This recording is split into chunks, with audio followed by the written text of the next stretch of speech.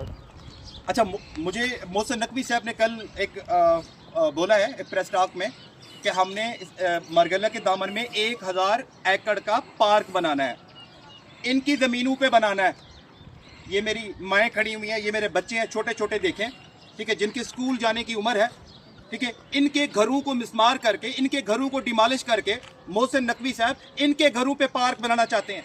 इनके घरों पे वो शिंघाई मैनहट्टन की तरह बड़ी बड़ी बिल्डिंग्स वो बनाना चाहते हैं। आप पूरी दुनिया ने देखा बरी इमाम में, दो मेरी बहनें रो रही थी, बार बार कह रही थी हमारे वालिद साहब नहीं है, हमारे भाई नहीं है, ठीक है। ऐसे लोग, ये मेरी माँ खड़ी हुई है, ये मेरी माँ खड़ी हुई है, ये छोटी बच्ची खड़ी हुई है।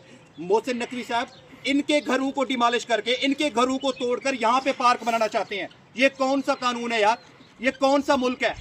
आप लोग जब बाहर जाते हैं, आप क्या करते हैं? आप नेशनलिटी के लिए अप्लाई कर देते हैं कि भी हमें 8-10 साल हो गए यहाँ पे, हमें नेशनलिटी दे दो। ये लोग पाकिस्तान बनने से पहले के बैठे हुए हैं, ये आजकल के नहीं बैठे हुए हैं ना, पाकिस्तान बनने के पहले से बैठे हुए हैं। कैपिटल यहाँ पे आया है, ये कैपिटल में नहीं गए हैं। और मोहसिन नकवी साहब कोई किसी को नहीं, छोटे बच्चे जिनकी स्कूल जाने की उम्र है यार, इनकी मेंटल ग्रोथ के ऊपर, इनकी मेंटल हेल्थ के ऊपर, साइकोलॉजिकली, फिजिकली क्या इम्पैक्ट आएगा? किसी ने सोचा है? मोहसिन नकवी साहब बोल रहे हैं। मोहसिन नकवी कौन होता है भाई? मोहसिन नकवी कौन होता है? क्या एक बंदे ने डिसाइड करना है भाई? अगर किसी गवर्नमेंट की पॉलिसी है, पीएम साहब हैं, हमारे आर्मी चीफ साहब हैं, चीफ जस्टिस साहब हैं, वो बताए ना, वो इन बच्चों से घर लेना चाहते हैं, वो इन क्यूट बच्चों से, इन क्यूट बेबी से घर लेना चाहते हैं। हमारे चीफ जस्टिस साहब बताए ना, हमारे पीएम साहब बताए ना। Who is Mohsin Naqvi? मोहसिन नकवी का अपना कैलिबर यही है जो लास्ट वीक हमने देख लिया प्रेस में।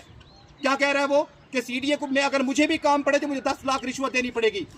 उस इदारे ने, आप उस इदारे के बारे में अंदाजा लगाएं जिस इदारे के बारे में हमारे इंटीरियर मिनिस्टर कह रहा है कि भी अगर मुझे भी काम पड़ेगा। कितना ताकतवर बंदा है वो कि इंटीरियर मिनिस्टर जिसके लिए कह रहा है कि अगर मुझे भी काम पड़ेगा तो मुझे 10 लाख रुपए रिश्वत देनी पड़ेगी, ठीक है।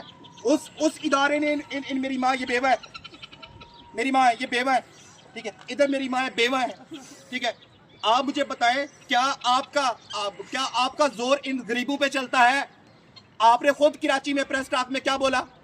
आपने क्या कहा कि लास्ट 3 इयर्स में 100 अरब डॉलर पाकिस्तान से बाहर गए हैं। मैंने पकड़ना था उनको, इन छोटे बच्चों ने, इस क्यूट बेबी ने पकड़ना था उसको। आप इंटीरियर मिनिस्टर हैं, आपको पकड़ना था, आपका काम वो था। लेकिन आपका जबर, आपका जुल्म सिर्फ गरीबों पे चल सकता है, इन माओं पे, इन बेचारों पे चल सकता है, वही चला रहे हैं।